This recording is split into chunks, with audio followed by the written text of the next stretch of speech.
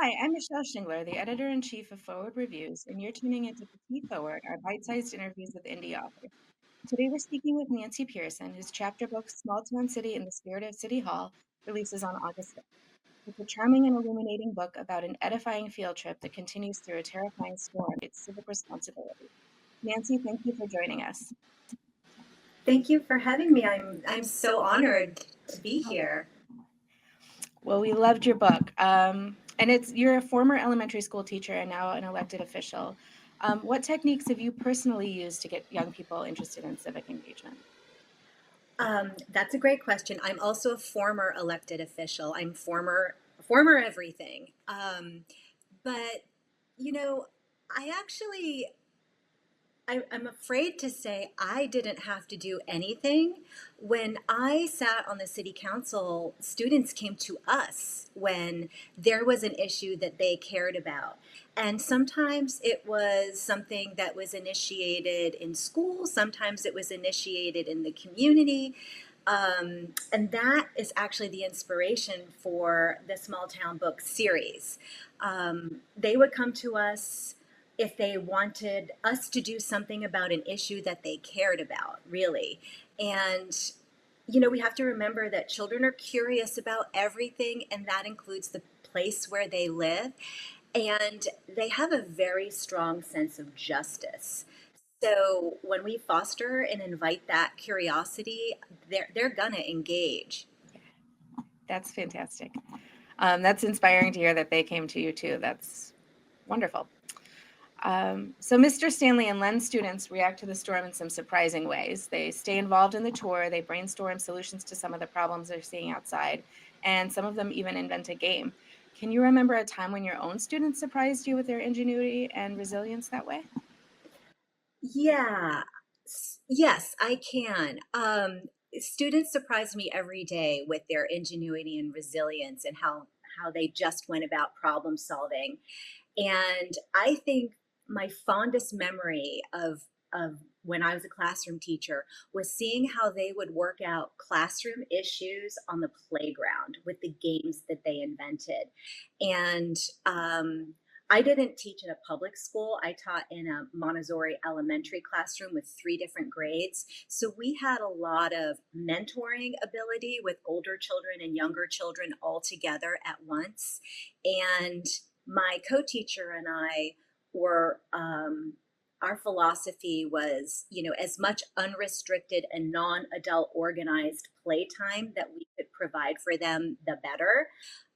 So we'd watch them on the playground developing leadership skills and social skills and coming up with these incredible games that we could see little elements of either from lessons we had learned or maybe some social issues that were happening. And they would work these things out right there on the playground. And so I got to observe many times ingenuity and resilience and problem solving coming directly from them. That's so fantastic, and we can see that a little bit in the way that your students interact in the book as well. So that's great. Your story is also quite grounded in the idea that everyday actions can have a huge impact on communities. It also includes some fantastical elements like a possible ghost. Why did you choose to mix the everyday with the magical? So I I tend to be like very practical. I'm a very practical person, and that's kind of why like my thing is civics and why I'm writing, civics books for children. However, they are books for children. And so when I was researching like what makes a really good early chapter book, there were some, there's a certain formula where, characters need to be interesting. They needed to have a problem. The children needed to be responsible for figuring out the problem. They had to face challenges and things need to get to like this dire situation and they seem unsurmountable. And then through either their own cleverness or, a little magical thinking, the children solve the problem and the story ends with the protagonist saving the day. So those are those basic elements of a good early chapter story. So while the field trip and the place that they went was grounded in reality. It's still a book for early elementary age children and I wanted to capture their imaginations by sprinkling some of that magical because just like Len says in the beginning of the book, every child has a little bit of magic inside them. So Len, as you're mentioning, Len has a long memory. Len is a personified classroom. And Len notes that some of his former students have become big deals in the town. Why was that multi-generational part of your story so important to get across? That comes right from my experience as a city councilor. We rarely heard from like the wide representation of our community. I mean, like older, retired, wealthy, and upper middle class residents were very, very well represented. But younger residents, parents, families, I didn't always see them finding the time or the inclination to get involved. And so I'm kind of hoping that by engaging students through their own sense of justice and caring about their community, they'll bring their parents along. Yeah, and I'm hoping the book isn't just used in classrooms, but maybe kids will check it out of the school library and bring it home and at least discuss it or ask questions with their parents and caregivers. It wasn't in the ARC that you got, but the final printed version had some blank pages in the back. So I put in some workbook prompts in the back of every book. And one of the prompts is an interview with questions for them to ask their grown-ups about, have you ever been to City Hall? Have you ever talked to the mayor? And hopefully we'll get that conversation going. That's great. Yeah. So, what do you hope young readers take away from the story, in addition to prompting conversations with adults? So, one thing that I didn't think about going into it, but I sort of realized after it was written is that the book can be a tool that helps students understand that a community where you live is really similar to the classroom where you go to school, right? So, a classroom is one of many classrooms in a community of a school. There's a central office that's kind of in charge of enforcing the rules and the policies. And in school, children learn how to care about and care for each other and their school community.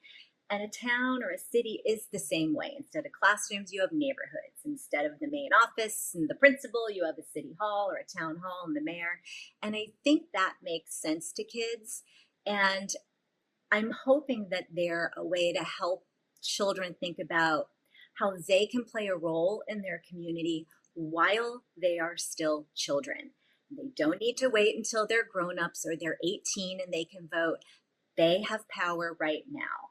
When I speak to classrooms, I always tell them, and this is true, this is a swear, hand on the heart swear, they make the best speakers at public meetings. Children always come prepared with facts. They're extremely respectful. They're very persuasive. And I tell them, what elected official with a conscience is going to hear 10 or 15 children like pour their hearts out at public comment and then vote against their wishes? Like, very few. So children have a lot of power, and I want them to know that they have it and that they should use it. Yes, that's so encouraging. So, what is next for the series and for you in general? Well, so the spirit of City Hall introduces that concept of local government and explains to readers what everybody does in their town. And so that's the baseline knowledge and introduces our cast of characters, the kids, right? And this is the launching pad for more books in the series. And the other books that are in my brain, but not yet written, they are taken from real life situations when I was a city councilor and children got involved in issues they cared about. So, like, I'm percolating, one book will be about when children got involved, and then we updated our ordinance to use toxic free herbicides in our city parks and on public land. Another is about a single use plastic ordinance that was really driven and absolutely would not have happened without children getting involved, like like the mayor cast the dramatic final vote for this policy. It was like this incredible like drama moment. And a few other things like a pollinator garden when students learned about the bee colony collapse and things like that. So I have a lot of stories in the can that come like right out of when I was a city councilor. So that's what's going on the author end. But I'm also developing a traveling intergenerational speaker series. New Hampshire, where I live, is a very small state, so this is very manageable. So I intend to go from community to community and moderate a discussion with like a civic elder who's been involved in that community for decades, and then a young civic activist who's just beginning their civic journey. And I think it would be really interesting to bring those two perspectives on the same community like together and see where they're aligned and where maybe they can learn from each other. So I'm developing that, and I have a working title for this traveling series called The Civic Engine. And I'm talking right now with a couple of people in this around the state, influential people who can open some doors for me and help me get some really good elders, in the conversation. So that's what I'm working on next. That is really fabulous. To our audience, the book comes out on August 5th. You have to pick up a copy, and we're so looking forward to the next volumes in the series. Nancy, thank you for taking the time to speak with us today. Thank you for having me. It was a delight. Great questions. Thank you.